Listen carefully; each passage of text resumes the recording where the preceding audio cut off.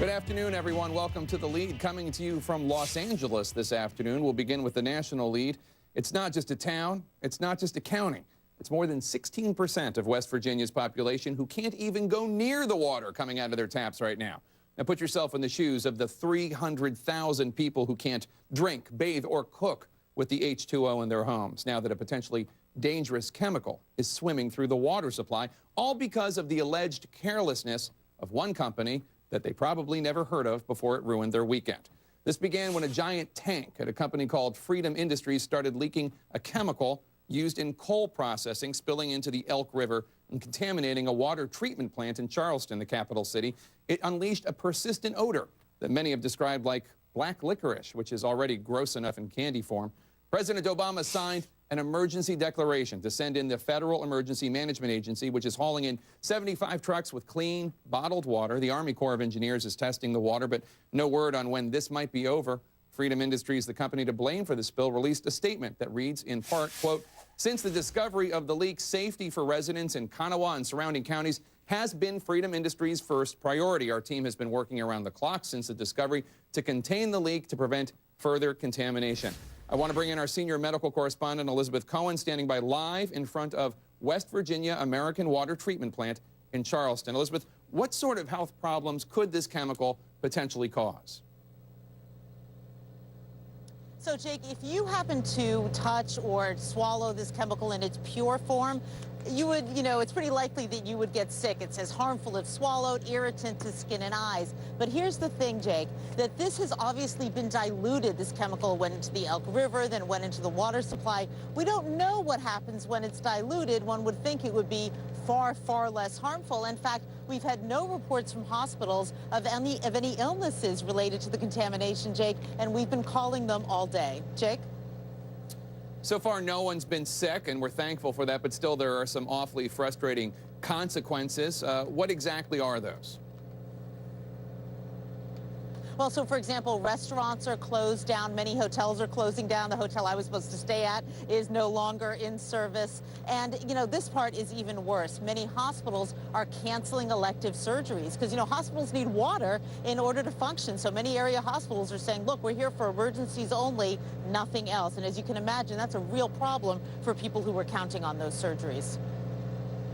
Elizabeth Cohen, thank you so much. Now I want to bring in a man who's no doubt very concerned about the spill, West Virginia Senator Joe Manchin, a Democrat, joining us from the Capitol. Senator, good to see you again. 300,000 people in your state affected so far. Many would probably like to know what exactly you are doing and what is being done by the governor and others to help them in this crisis. Well, Jake, I spoke to the governor this morning. He is on top of it, and they're spearheading the whole team together, and they have a response team there. It's very good.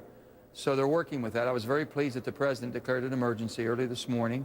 We're getting all of the FEMA, Homeland Security. I've spoken to our Secretary of Homeland Security and also the director of FEMA, and everybody has been working, doing a yeoman's job, making sure we have water, the technical service, everything humanly possible.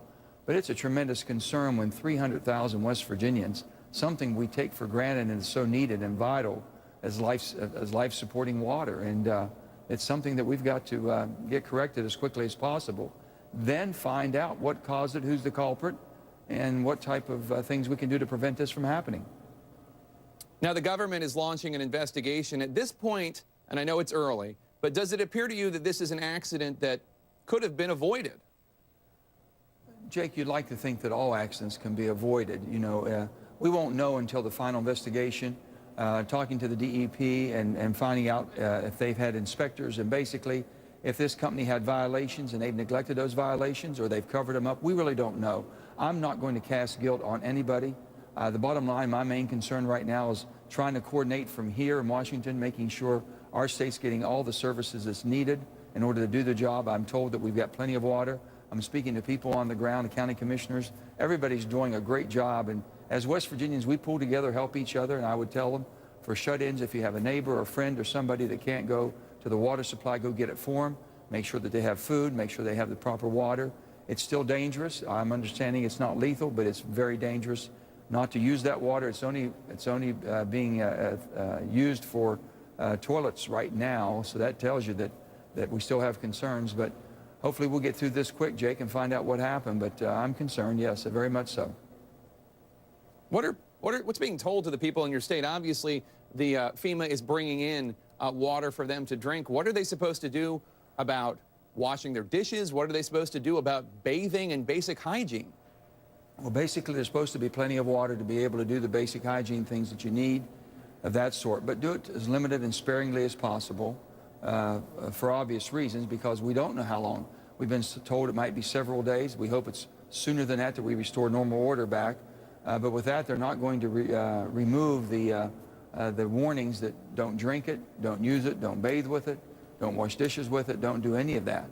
So that tells you there's a concern, but we're told again it's not lethal and not toxic, but tells you there's a great danger and hazardous, so you wouldn't be those types of warning, which I haven't seen before. Astoundingly, the EPA, the Environmental Protection Agency, said today that it's unclear whether they had inspected Freedom Industries in the last 5 years, whether they even had the regulatory authority over the company. The EPA says it's looking into that. Are you seeking answers from the EPA? Well, I spoke to the DEP, which is the Department of Environmental Protection, and there's certain rules and regulations depending on what chemicals and what substance that people store and what they use and how you oversee them. This is going to change. You would imagine it'll change how we proceed. The legislature is in session right now, and I'll tell you there'll be quick action in making sure we're able to prevent this from happening again, or why hasn't it?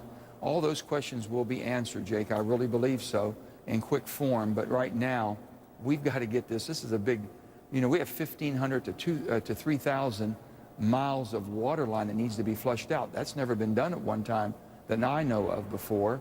And also the filtering systems and all this to be put back in proper working order to make sure that people have safe drinking water.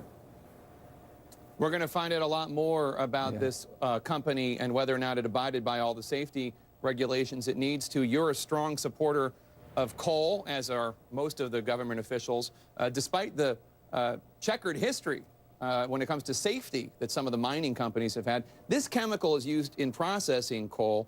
What do you expect from Freedom Industries in terms of accountability? Are they responsible for fixing this? Are they responsible entirely for paying for it? Jake, whoever the culprit is, they're going to be held responsible and held accountable for their actions. I can assure you of that. For someone to attack the coal industry, first of all, this is a chemical. Our part of that state, of the state of West Virginia, this part of the state of West Virginia is the chemical valley, if you will. We make an awful lot of chemicals that people use every day. And some of them are much more lethal, if you will, and we have to be very careful. To say it because of coal, this could happen in anything. We've got to make sure that we're able to protect the environment every way, shape, or form.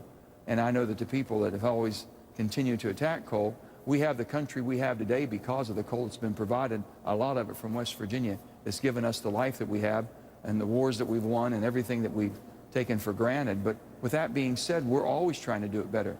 This chemical that's used is basically a cleansing, I guess, for the coal prep plants that we have. And I don't know a lot about that company. We're going to know a lot more very quickly, and I'm sure you're going to be able to tell the whole world about it, which we want you to do, and we want to find out what went wrong. Did they intentionally do something? Was it an accident? Could it have been prevented? Was it neglect?